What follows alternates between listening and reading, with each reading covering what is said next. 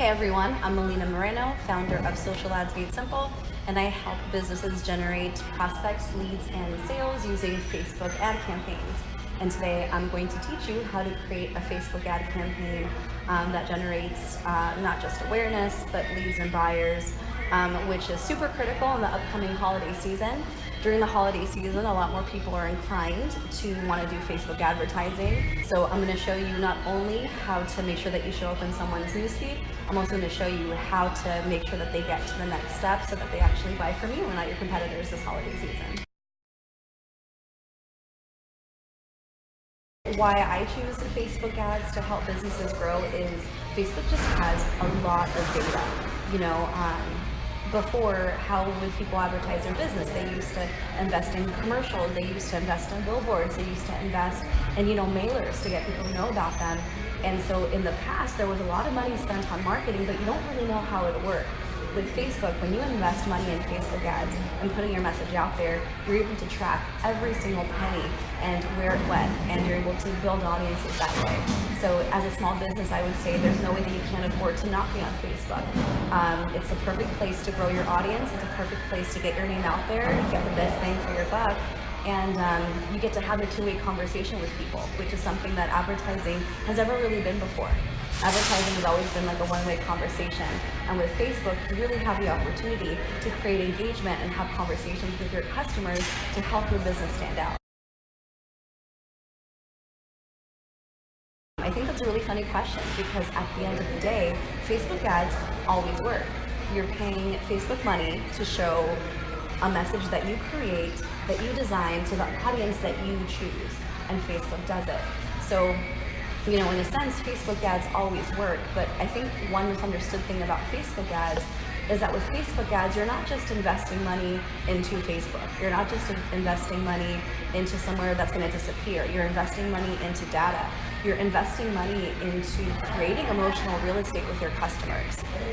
For like nowadays, the way that people consume and the way that people buy is so different than the way that they used to. People want to know everything that there is to know about you before they make a decision to invest with you in your business.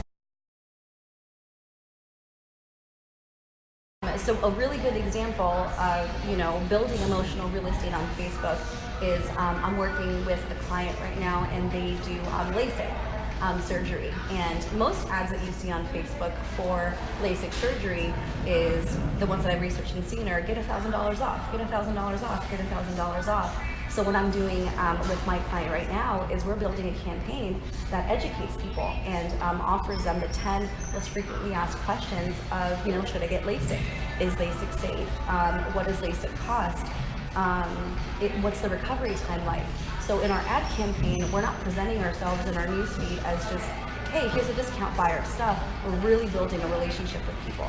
And what we're seeing on those Facebook posts, when you're really treating Facebook advertisement like a two-way conversation and you're creating emotional real estate, it means that you're building an audience that trusts you. You're building an audience that you're educating, and people feel a lot better spending money with someone that they know, that they like, and that they trust because, oh wow, they taught me something, so I'm going to look more into their business rather than, hey, buy my thing, which is how people treat Facebook ads.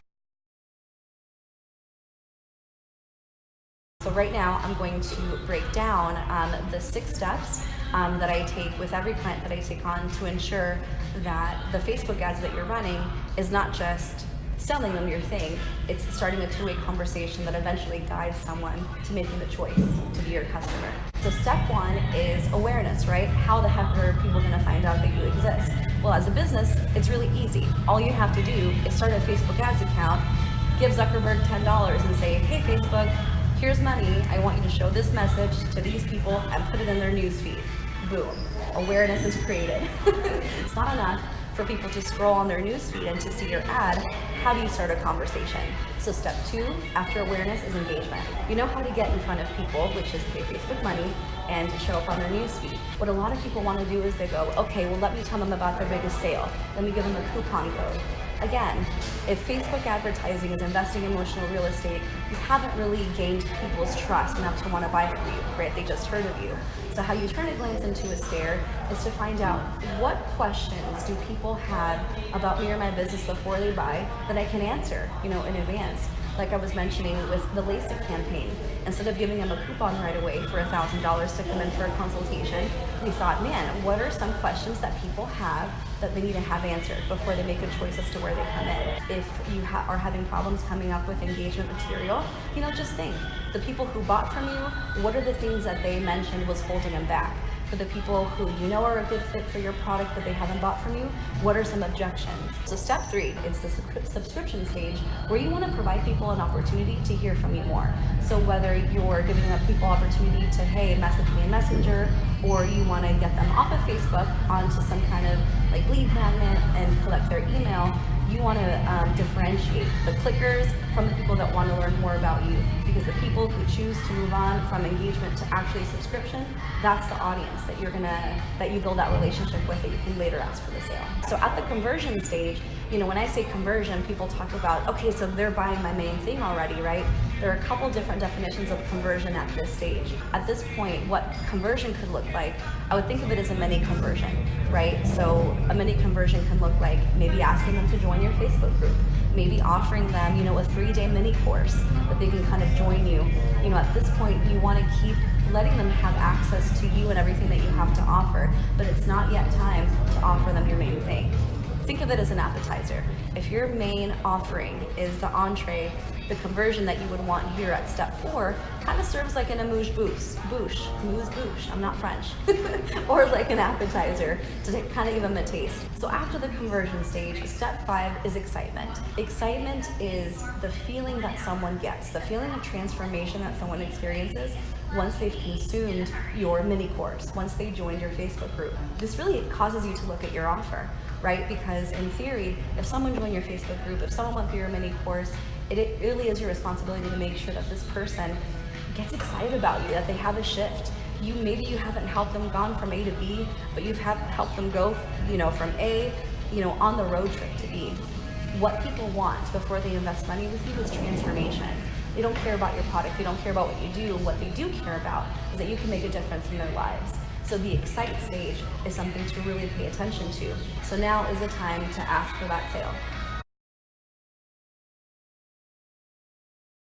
Especially if you're only getting started, I would not recommend coming up with a bunch of different ads. I would have at least 2 ads.